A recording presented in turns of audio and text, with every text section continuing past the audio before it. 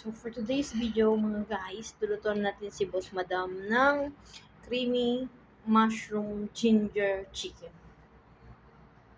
And this is my version. Pinakuluan ko na at sinutay na natin yung mushroom, bell pepper, and chili.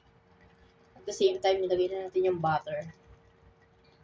Natin para sa ating creamy chicken is cooking cream. At the same time, yung ating chicken, tinanggalan ko siya ng skin. Kasi nga, ayaw ni Boss Madam ng skin ng chicken.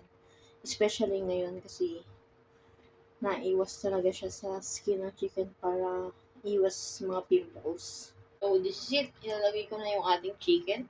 Siyempre. Pero before yan, na-steam na natin siya. Nalagay na natin siya. At the same time, maglalagay na rin tayo ng mga other ingredients to taste. Siyempre.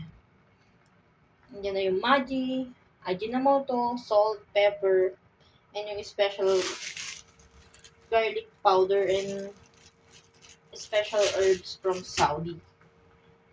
Tada! Few minutes, cook na yan. Kung nilagyan na natin, nalagyan na yan ng ating cooking cream. Siyempre. To make these ingredients and recipe possible. Wow! So, ito na, imimix lang natin siya para mag-combine lahat ng ingredients.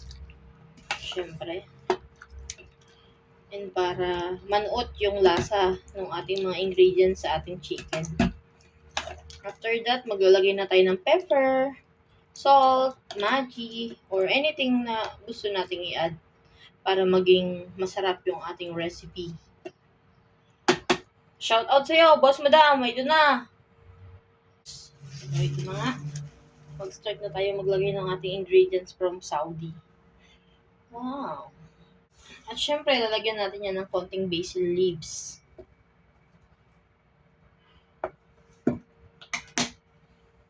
At the same time, maglalagay na rin tayo ng powdered pepper.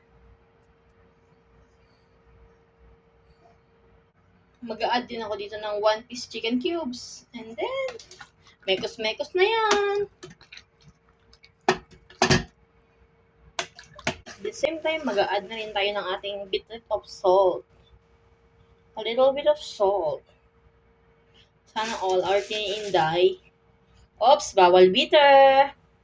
Siyempre, to finalize, mag-a-add tayo ng konting soy sauce para magkaroon ng color magkaroon ng proper blend ng color. It depends kung gusto nyo mag-light or mag-dark yung creamy cooking cream na ginamit natin. Creamer da! Ay! Sarap!